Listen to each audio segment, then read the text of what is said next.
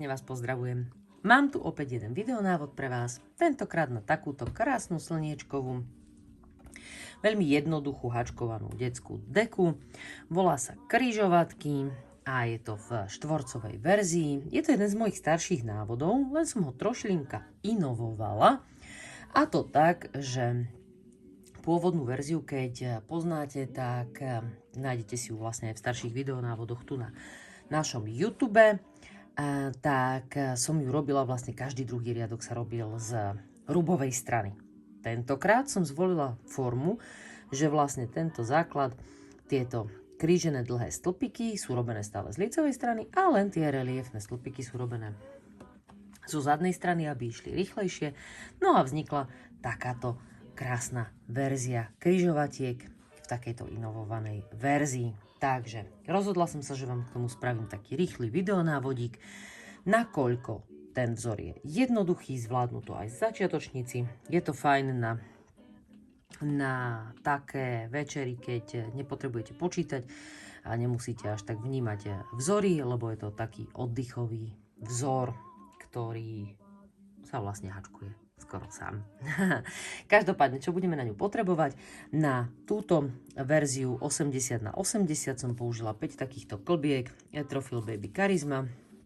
Je to 100% anti-peeling akryl, 100 g 260 metrov má návín a výrobca odporúča 3,5 až 4,5 mm ihlice. Ja som to hačkovala štvorkou háčikov, každopádne si to uspôsobte, lebo podľa toho, aký materiál použijete, takú veľkosť háčika samozrejme použite.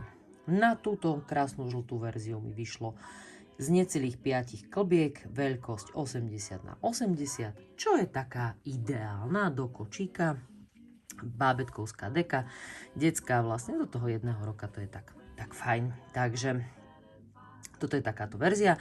No a poďme si ukázať, ako si ju urobíme. Pre účely tohto videa ja použijem túto krasavicu Fluffy od Etrofil, tiež ten istý výrobca. Je to 100% akryl na 4,5-5 ihlice. A návín to má 100 g 300 metrov, takže je to taká trošilinka inakšia verzia, ale chcela som to do kontrastu použiť, aby ste to videli aj z inej, respektíve takéto ombre, lebo to Fluffy má ombre prechody. No a môžeme ísť na to. Na tú používam 5 háčik. Aj tu si samozrejme prispôsobte. Takže takéto pevné očko tuto na začiatok. Nezačíname magickým kruhom, ale pevným okom a urobíme si 4, 1, 2, 3, 4 reťazkové očká, ktoré uzatvoríme do kruhu. No a či sa rozhodnete priamo začisťovať alebo nie, je už len vaša vec, túto zadnú nitku. Môžete si ju potom aj zašiť, takže nie je s tým problém. No a ideme na to. Netradičný začiatok má táto deka, lebo je to vzor, ktorý je zložený vlastne z párneho počtu, takže trošilinka tam treba dávať na to pozor. A začíname 3 reťazkovými očkami a priamo tuto do toho stredu si urobíme dlhý stĺpik. Potom si urobíme 2 reťazkové očká. Tento základový riadok nepočítame do samotného vzoru, takže bude taký špecifický. A urobíme si 2 dlhé stĺpiky. Čiže nie taký klasický základ z 3 a 3, ale z 2 a 2 reťazkových očiek si spravíme základ do tohto pevného kruhu. Pevný preto, aby sa vám to nevyťahovalo. A týmto sa to naozaj zabezpečí. Niekedy tie magické kruhy, keď na to nedáme pozor, alebo si necháme kratšiu nitku, tak majú tendenciu sa ako keby vytiahnuť v strede. Takže 2 dlhé stĺpiky ďalšie. Takže 3-krát to musíme zopakovať, nakoľko potrebujeme 4 strany. 4. stranu máme, 2 reťazkové očka a pichnem tuto do toho 3. očka a pevnými okami reťazkového samozrejme a pevnými okami sa presuniem vlastne takto do toho protiľahlého rohu. No. Teraz sa vám to môže zdať, že sa to ešte ako keby trošilinka ťahá, ale uvidíte, že to spraví potom vlastne taký ten dobrý základ tomu, lebo nebude tu chýbať to jedno očko naviac. No a teraz už ideme na samotný vzor. No a keď sme prešli do toho protiľahlého rohu, tak rohové rozširovanie bude vždy rovnaké. 2 dlhé stĺpiky, 3 reťazkové očka, 2 dlhé stĺpiky do každej rohovej medzery. Prvá je samozrejme špecifická, pretože sa musíme dostať na úroveň toho prvého dlhého stĺpiku a to spravíme tak, že urobíme si namiesto prvého dlhého stĺpiku 3 reťazkové očka. A potom už je to dlhý stĺpik, 3 reťazkové očka a 2 dlhé stĺpiky do tej medzery. Tak ako prvý riadok, ešte aj tento druhý je iba základ toho, aby sme sa dopracovali vlastne k samotnému vzoru. Čiže urobím do každého očka dlhý stĺpik a do rohu rozširovanie 2 dlhé stĺpiky,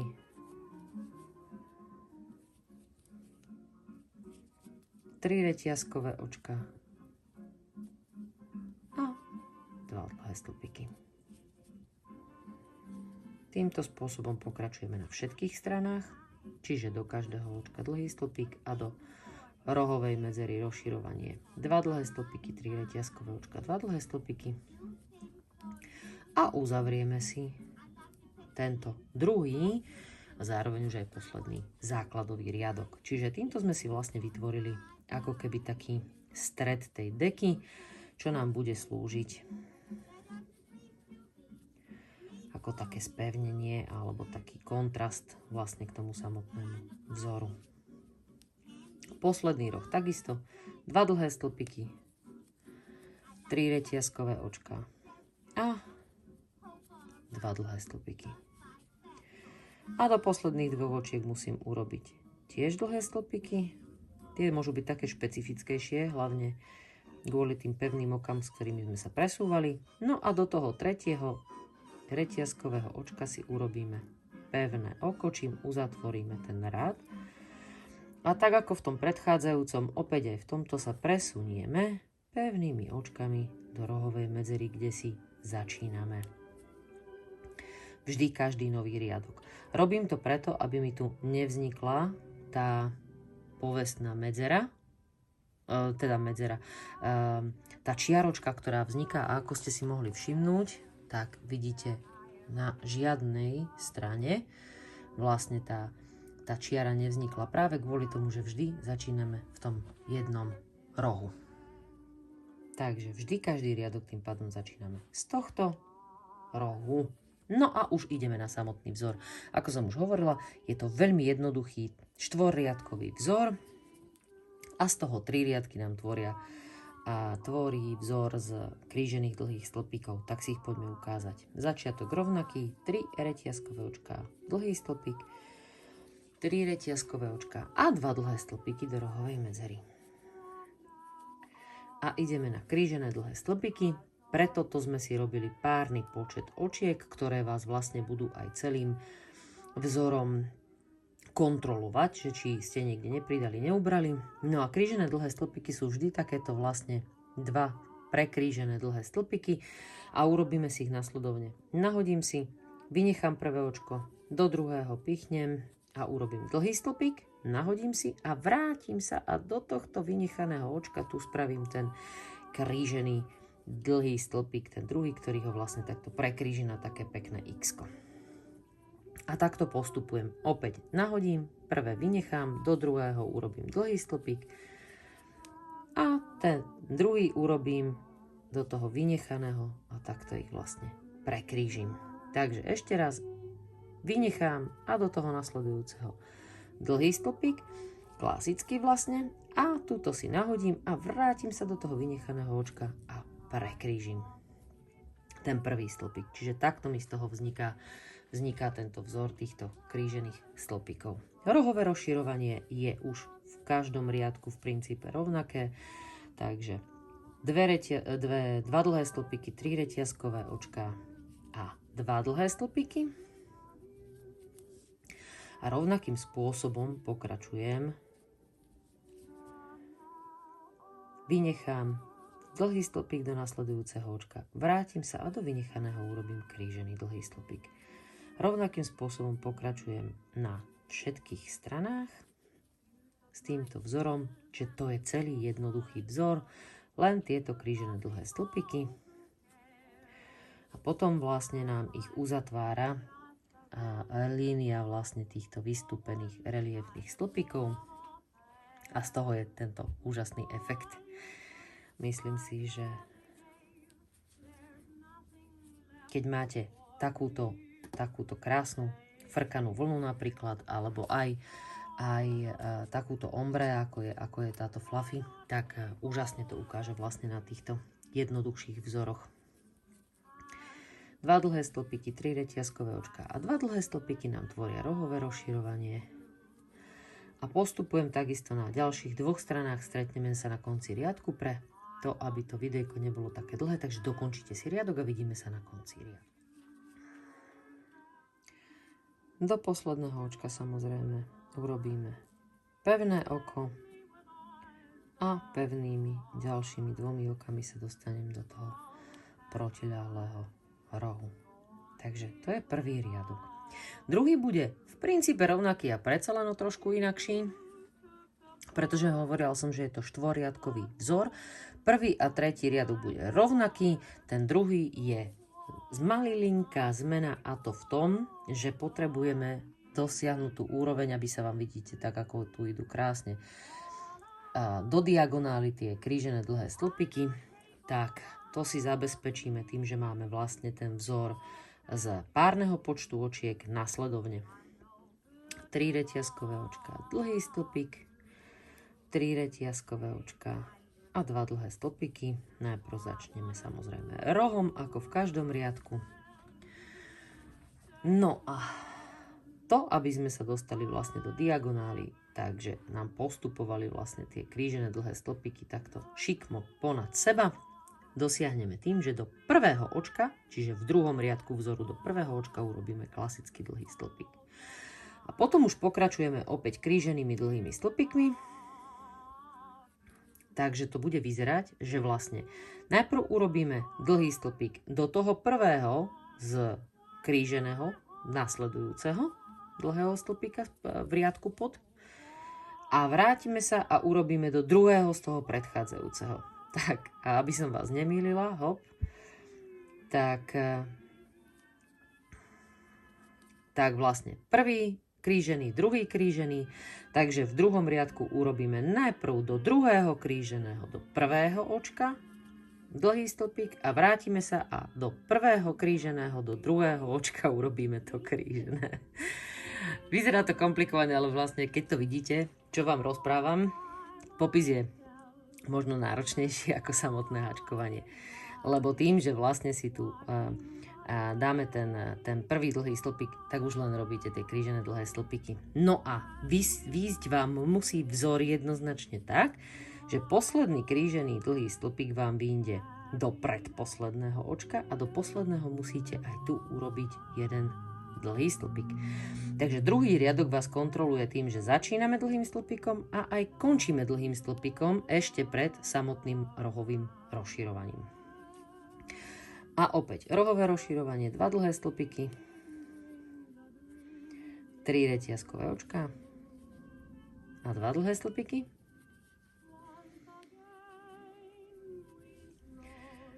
A pre istotu si zopakujeme, dlhý stĺpik ide ako prvý a potom krížené dlhé stĺpiky. Čiže vynechám prvé očko a vrátim sa a do vynechaného urobím krížený dlhý stĺpik. A opäť nahodím si, toto vynechám a do nasledujúceho dlhý stĺpik, vrátim sa a do toho vynechaného urobím krížený dlhý stĺpik.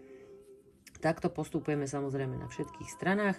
V riadku 2, kde vám musí výjsť na každej strane rovnako ten počet krížených dlhých stĺpikov tak, aby ste aj končili tú povestnú stranu vlastne pred rohovým rozširovaním jedným dlhým stĺpikom, tak ako sme ju začínali. Takže aj tu mi vychádza jeden dlhý stĺpik a je to v poriadku. Dokončíme si riadok a stretneme sa na konci tohto riadku. No a končíme riadok opäť pevným okom. a 2 ďalšími pevnými očkami sa presunieme do rohu. Druhý riadok máme hotový. Ideme na tretí. Tretí, ako som už povedala, je rovnaký ako prvý. Začneme si ho spoločne. Takže 3 reťazkové očka, dlhý stĺpik, 3 reťazkové očka a 2 dlhé stĺpiky do prvej rohovej medzery. No a potom hneď od začiatku, bez toho, aby sme tam robili dlhý stĺpik, pretože teraz mi to krásne vychádza, ako môžete vidieť, tým, že mi tu pribudli ďalšie 2 očka, tak tu krížené stĺpiky a vidíte, a tie nasledujúce 2 opäť vychádzajú tak, že budú takýmto spôsobom diagonálne vlastne ponad seba vychádzať krásne. Takže vynecháme očko a do nasledujúceho dlhý stĺpik a do vynechaného sa vrátime urobiť krížený dlhý stĺpik. A takto pokračujem až po rohovú medzeru. Vždy vám v prvom aj v treťom riadku musí výjsť do všetkých očiek krížený dlhý stĺpik. Nemôže vám zostať ani na začiatku, ani na konci, čo len jedno očko navyše. Takže aj tam sa viete skontrolovať vo vzore, či ste niekde nepridali alebo neubrali. Takže tak ako vás druhý riadok kontroluje v tom, že vlastne začíname dlhým a končíme dlhým stĺpikom na každej strane, tak tu vám musia vždy výjsť až po rohové medzery a rozširovanie v nich krížené dlhé stĺpiky. Od prvého po posledné očko. A do rohovej medzery rozširovanie, 2 dlhé stĺpiky, 3 reťazkové očka a 2 dlhé stĺpiky. A pokračujeme.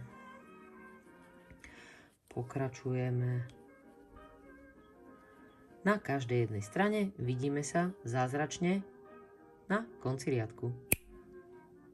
Čári mári fuk. A som na konci riadku 3. Posledný krížený dlhý stĺpik, alebo teda posledné 2 prekrížené dlhé stĺpiky. Ukončíme riadok pevným okom a presunieme sa 2 pevnými do rohovej medzery. Takže máme 3 riadky vzoru križovatky hotové. A teraz ideme na tento riadok reliefných stĺpikov, ktoré som si ja uľahčila, že ich robím zo zadnej strany, a teda predné, a to následovne. Hneď si otočíme prácu, začneme si 3 reťazkovými očkami a okolo každého jedného očka urobíme predný dlhý reliefný stĺpik alebo predný reliefný stĺpik, ako chcete. Okolo každého jedného očka na strane. Samozrejme, rohové rozširovanie sa nám nemení, len ho urobíme vlastne z tej rubovej strany. Takže keď som hovorila o tom, že je to inovovaná verzia, v tej pôvodnej sme robili aj druhý riadok vlastne z druhej strany a tým sa nám vlastne tie krížené dlhé stĺpiky ešte tak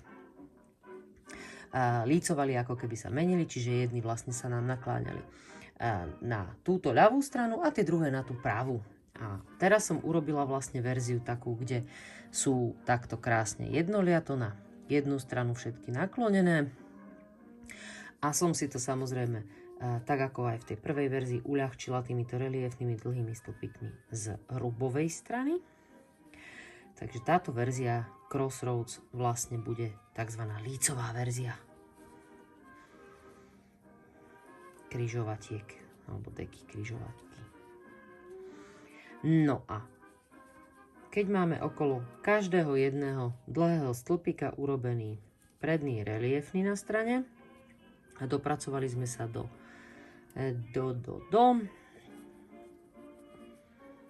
rohovej medzery, tak tam klasicky urobíme 2 dlhé stĺpiky, 3 reťazkové očka a 2 dlhé stĺpiky.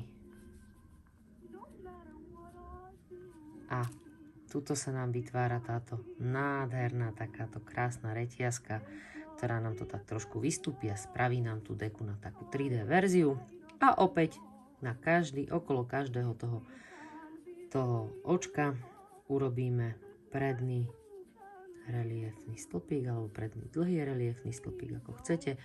No a stretneme sa pred koncom riadku, aby som vám ukázala, ako si vlastne tam dokončíme ten riadok. Takže opäť čaro video záznamu. Vy si ho pozastavte a dokončujte. No a pozrite na to, takýto krásny vzor a tvar to chytá. Takže naozaj je to zaujímavé. Aj zo samotných štvorcov, keby ste si urobili tú deku, tak by bola krásna a tie pospájali. Možno aj na to raz príde, že to spravím. Vy to môžete samozrejme podľa tohto návodu urobiť. No a blížime sa vlastne k poslednému rohu, ktorý som vám chcela ukázať, lebo ten sa trošilinka líši vlastne tým, že ho robíme aj z druhej strany. A teda začali sme už 3 reťazkovými očkami v tom rohu. No a toto bol posledný reliefný stĺpik. Do rohu urobím 2 dlhé stĺpiky,